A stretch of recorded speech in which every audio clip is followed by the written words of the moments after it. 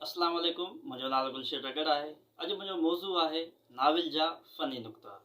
Novel जे funny नुक़्तनि में सभ खां पहिरियां अचे थो प्लाट। जीअं असांखे हिकु जॻह ठाहिण जे लाइ प्लाट जी ज़रूरत पवंदी आहे, साॻी तरह नाविल निगार खे नाविल लिखण लाइ हिकिड़े प्लाट जी ज़रूरत हूंदी आहे। प्लाट में नाविल निगार ख़्यालात जी रिथाबंदी कंदो आहे, किरदारनि जी जोड़ज कंदो आहे, कहाणी कहिड़ी हुजणु घुरिजे उहो सॼे जो सॼो ईअं सम्झो हिकिड़ो नक्शो जेको ठाहींदो आहे नाविल निगार पंहिंजे नाविल जो, उहो प्लाट में समायल हूंदो आहे। हाणे नाविल जो प्लाट ठही वियो, उन खां ॿिए नंबर ते आहे कहाणी। ज़ाहिरी ॻाल्हि आहे, जेके ख़्यालात नाविल निगार जे ज़हन में आहिनि उहे माण्हुनि ताईं पहुचाइण जे लाइ उनखे हिकिड़ी कहाणी जी ज़रूरत हूंदी आहे। कहाणी मुख़्तलिफ़ जेको आहे वाक्यनि जो हिकिड़ो मजमूओ हूंदी आहे। हाणे कहाणी जी जोड़जक थी वई, उन खां पोइ आहे किरदारु। हाणे कहाणी आहे, कहाणी खे माण्हुनि ताईं पहुचाइण लाइ किरदारनि जी ज़रूरत पवंदी आहे।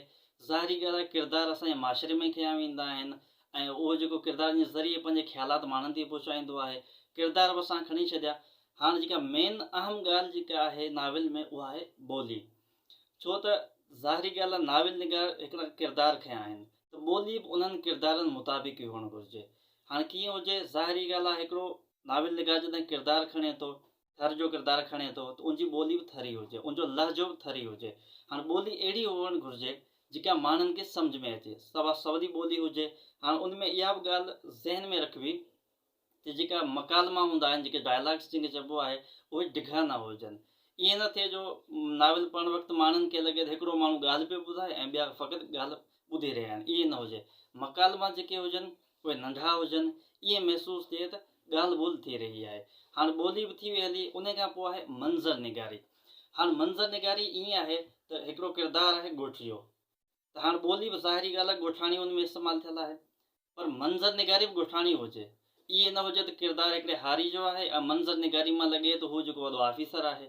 ईअं न हुजे, मंज़र निगारी अहिड़ी हुअणु घुरिजे जो उनजे ज़रिए न फ़क़ति किरदार उभरी सघनि, नाविल जा किरदार उभरी सघनि, पर पढ़ंदड़ पंहिंजे पाण खे उन मंज़र निगारी में पंहिंजो पाण खे समाए छॾे। अहिड़ी मंज़र निगारी हुजे जिन जो हर किरदारु नाविल जो उभरी बीहे।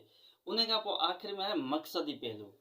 ज़ाहिरी ॻाल्हि आहे, हिकिड़ो नाविल को नाविल निगार लिखे थो, उनजो को त मक़सदु हूंदो, बिना मक़सद जे को बि नाविल या कहाणी या अफ़सानो लिखी नथो सघिजे। हिकिड़ो मक़सदु हूंदो आहे जंहिंजे ज़रिए उहो सॼो एॾो नाविल लिखियो वियो आहे। हाणे मक़सदु कहिड़ो हूंदो आहे, नाविल में अणसिधी तरह माशरे जा जेके हालात आहिनि, माशरे जूं जेके ख़राबु ॻाल्हियूं आहिनि, उन्हनि खे नाविल निगार जेको आहे पेश कंदो आहे। हाणे जेकॾहिं नाविल निगार आहे, उनमें फ़न जी किथे खोट आहे या किथे हू कचाई करे वञे थो, त यकीनी तौर ते हू पंहिंजो मक़सदु जेको आहे माण्हुनि ते सुठे नमूने पहुचाए न सघंदो। उन करे ज़रूरी आहे त नाविल लिखण खां पहिरियां असांखे नाविल जा जेके फ़नी नुक़्ता आहिनि उन्हनि खे सुठे नमूने पढ़णु घुरिजे। जेकॾहिं फ़नी नुक़्ता असांजा पढ़ियल हूंदा त असां जेको आहे मक़सदु माण्हुनि ताईं पहुचाइणु चाहियूं था, यानी जेके हालतूं ख़राबु आहिनि उन जो जेको हल असां ॿुधाइणु चाहियूं था, उहो सुठे नमूने असां माण्हुनि ताईं पहुचाए सघंदासीं।